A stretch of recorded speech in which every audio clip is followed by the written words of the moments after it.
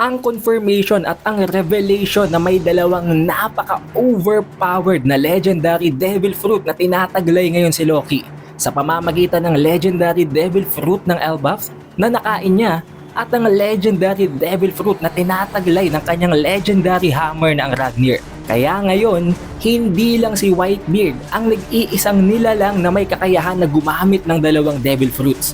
Kasama na dito ngayon itong si Loki. And possibly, kasama din dito maging si Shamrock. Pero hindi pa natin yun nako-confirm. Tanging si Loki at si Blackbeard pa lang. Dito natin mawi-witness kung gaano siya kalakas.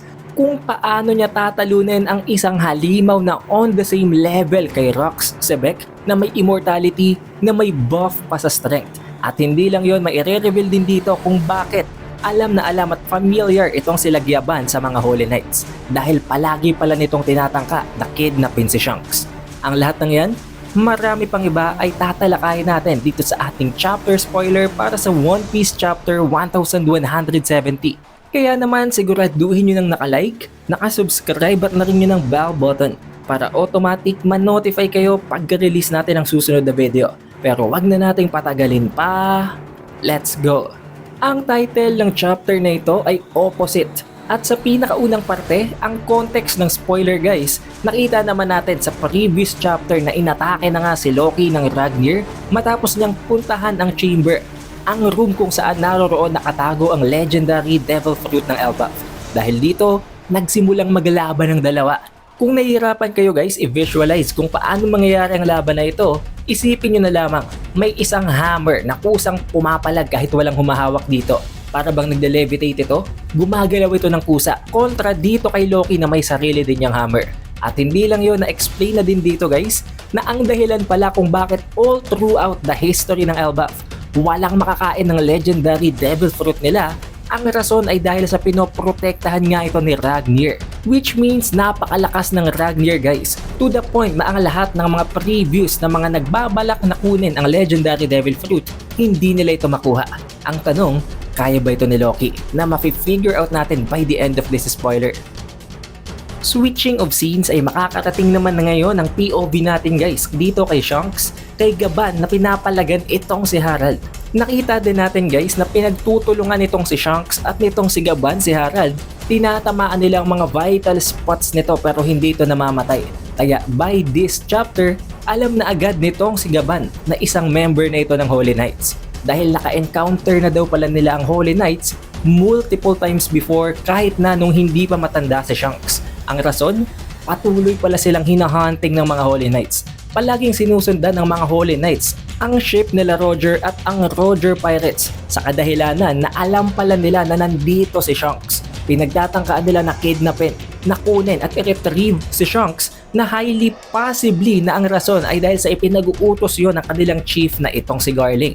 Dahil alam ni Garling na wala ang kanyang isa pang anak sa God Valley at alam din niya na yun ay nakuha nitong sila Roger. Kaya naman, patuloy nilang nakaka-encounter ito, patuloy at walang humpay din nila itong nakakalaban sa kadahilanan na immortal nga sila. Pero kahit papano, kahit hindi nila ito napapatay, nagagawa nila itong pigilan.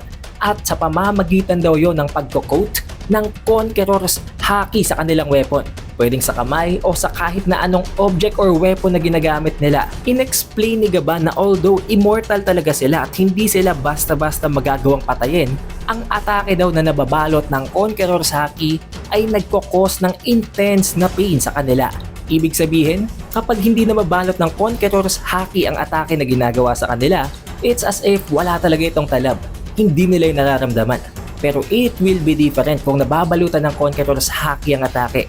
Mararamdaman nila ang sakit at hindi lang yon, magso-slow down ang kanilang recovery. Meaning hindi man dito na-confirm na mapapatay nila ang Holy Knight once na dumating sa point na sobrang exhausted na sila sa patuloy na pag-atake gamit ang Conqueror's Haki, hindi na sila makaka-recover at yun ang paraan para pigilan sila.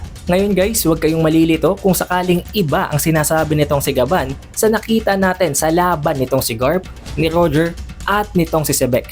Dahil napakalaki ng difference. Hindi isang Holy Knight si Sebek na nabanggit na natin sa ating previous analysis video, isa siyang devil. At na-convert siya nitong si Imu sa pamamagitan ng Domi Reversi at nang hindi sa pamamagitan ng Abyssal Contract. Makakabalik naman tayo ngayon guys sa POV sa loob ng Treasure Chamber na kung saan nagpapatuloy ang laban sa gitna nitong si Loki at ng Ragnir.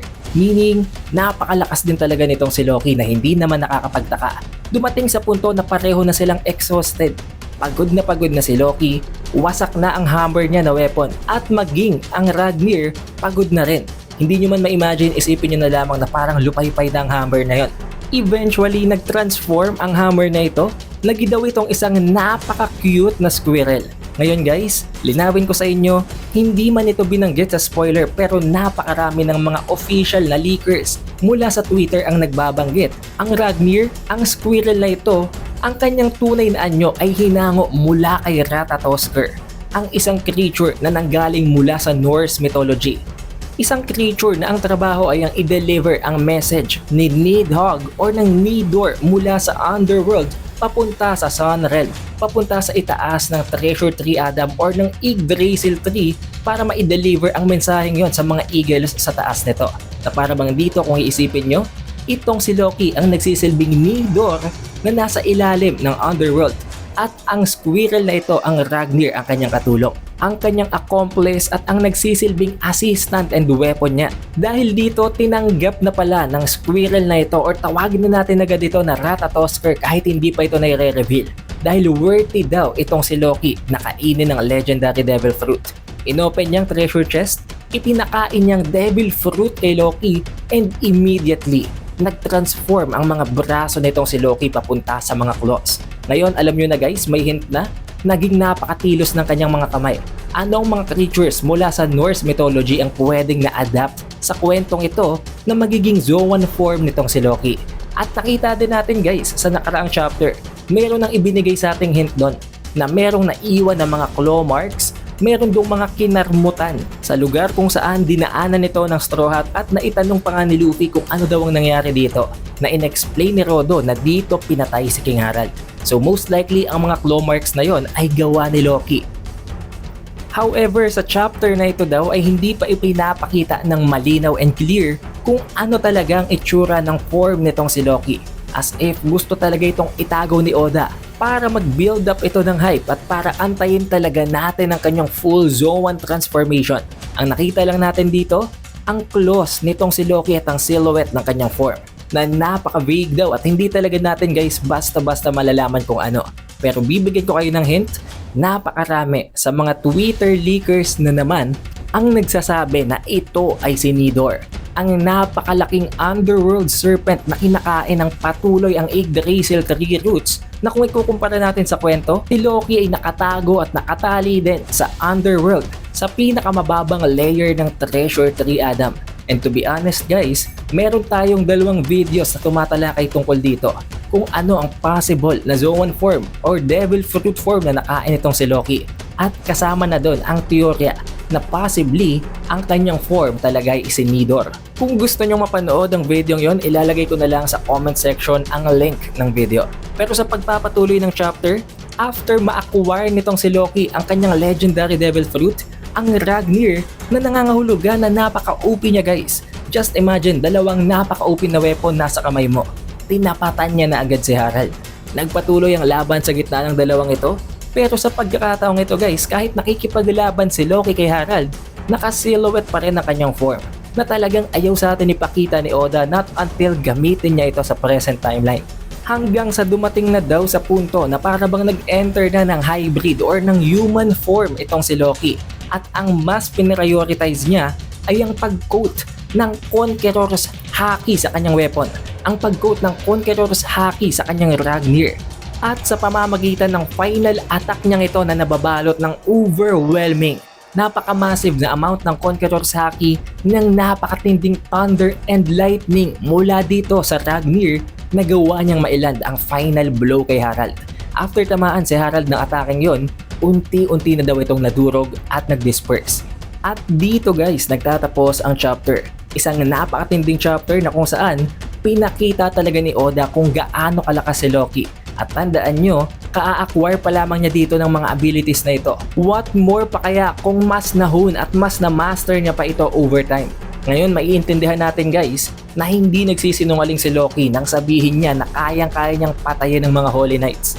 Pero para sa confirmed details, para sa mga specifics at para makita natin ang mga panels para sa chapter na ito, antayin nyo lang guys ang ating full chapter review na hindi ko pa alam kung kailan since merong magazine break this week. So possibly kung hindi ngayong Friday, baka by next week ma-release na natin yon. Kaya siguraduhin nyo nang naka-like, naka-subscribe at na rin nyo ng bell button para automatic ma-notify kayo pag release natin ang susunod na video. It is The Plated Weeb and I will see you guys on the next one.